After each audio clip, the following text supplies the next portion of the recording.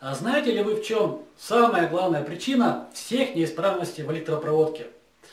Самая главная причина в том, что контакт есть там, где его не должно быть, и контакта нет там, где он должен быть. Это, конечно же, шутка, но, как говорится, в каждой шутке есть своя доля истины. Здравствуйте, с вами я, Чистяков Михаил, и в этом видео я в очередной раз буду рассказывать о различных контактных соединениях проводов. А именно, я буду их испытывать, я буду их сравнивать. А поможет мне в этом микромиллиметр X1A. Именно с помощью этого прибора я и буду производить все измерения. Сравнивать я буду 5 различных контактных соединений проводов. Сейчас я вам их перечислю. Первое контактное соединение, может быть вы уже догадались, это обычная скрутка проводов. Второе контактное соединение, это, может быть вы опять же догадались, само собой, это плоскопружинный зажим типа Вага серии 2273. Третье контактное соединение это строительно-монтажная клемма от компании ТДМ марки КБМ. Четвертое контактное соединение это скрутка провода, обжатая обычным винтовым клемником. Ну и последнее контактное соединение, которое я буду сравнивать, это соединительный изолированный зажим или попросту СИЗ. Именно вот эти вот 5 контактных соединений я буду сравнивать между собой и посмотрим, какое из этих соединений будет оказывать наименьшее сопротивление прохождению электрического тока. Итак, вперед идем смотреть сам процесс измерения. То есть я уже подготовил контактное соединение. СИЗы здесь. Вот таким образом. Ну и также я проверю обычную скруточку.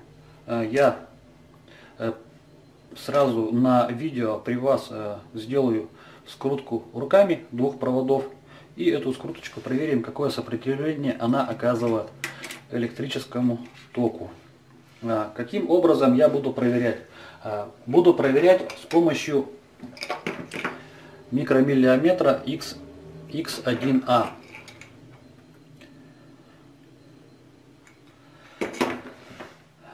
То есть я сделал одинаковой длины все провода. Они у меня длина от начала до точки соприкосновения, контактного соприкосновения 3,5 сантиметра. Линеечкой я проверял. Вот давайте покажу, допустим, клемник и ваговский зажим. Вот где в зажиме идет контактное соединение, оно вот примерно вот в этом месте. И в клемнике они на одном уровне находятся. То есть я все это подобрал специально. То же самое и вот с этим зажимом, то же самое и с СИЗом. То есть они одинаковой длины получаются, чтобы измерение было корректным. Для начала я измеряю отрезок целого провода. То есть как у меня получается, происходит процесс сравнения. Я измеряю отрезок провода, затем как будто я его разрезаю пополам и делаю различное контактное соединение. У меня получается одинаковая длина провода, целая, если вот прикинуть, тут 3,5 сантиметра и здесь 3,5 сантиметра, в сумме 7 сантиметров. То есть это у меня как образец, я целый провод замеряю сопротивление и затем его буду сравнивать уже с полученным значением сопротивления контактного соединения и уже определять, какое сопротивление электрическому току оказывает само контактное соединение. Итак, подключаю под крокодильчики X1. Так, включаю прибор. Предел у меня авто стоит, предел измерения. 1 1,0848. Так, следующий на очереди у меня будет ТДМовский зажим. Подключаю его и определяю его сопротивление.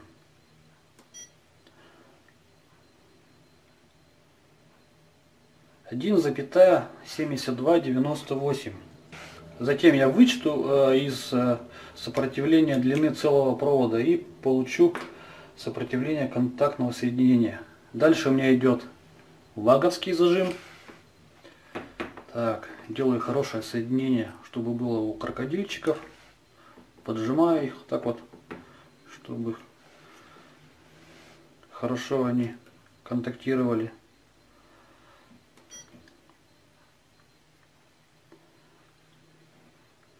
Один 1,5426.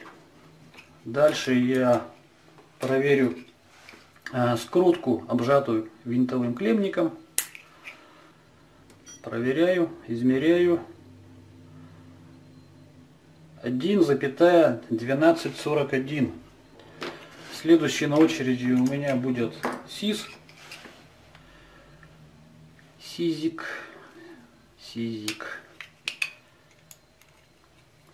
Тоже делаю хороший контактик. Причем я, когда провода соединял сизом, я не делал скрутку и сизом закручивал. Нет, я просто два провода вставил в сиз и сиз накрутил на два отрезка провода. Так, смотрим, какое будет у него сопротивление. 1,1528. Далее на очереди у меня идет скрутка, обычная скрутка двух проводов. Сейчас я вот скручиваю их руками, без применения инструмента. А так покажу длину. Опять же у меня длина от торца, вот от конца провода до конца изоляции, где будет контактное соединение, 3,5 сантиметра.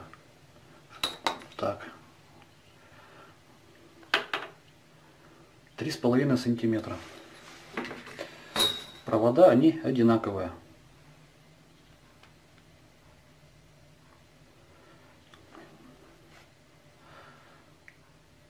Скручиваю и измеряю, какое будет у них, у обычной вот такой скрутки двух проводов, какое будет сопротивление постоянному току, ну, который выдает вот микромиллиметр X1A. Так, тут у меня они скрутились немножко. Изоляция у основания. Я их разведу, потому что не могу руками удержать. Ну вот, скруточку поджал, сколько мог руками. Так, длина получилась. Сейчас покажу. Ну, чуть побольше 4 сантиметров. Скрутка, ну 4 сантиметра, грубо говоря, длина. Так, здесь вот надо мне освободить под крокодильчик, чтобы подключить. Так, подключаю прибор. Зажимы типа крокодил. Подключаю, вот контактное соединение обеспечиваю хорошее. Включаю прибор и произвожу измерение. 1,3867.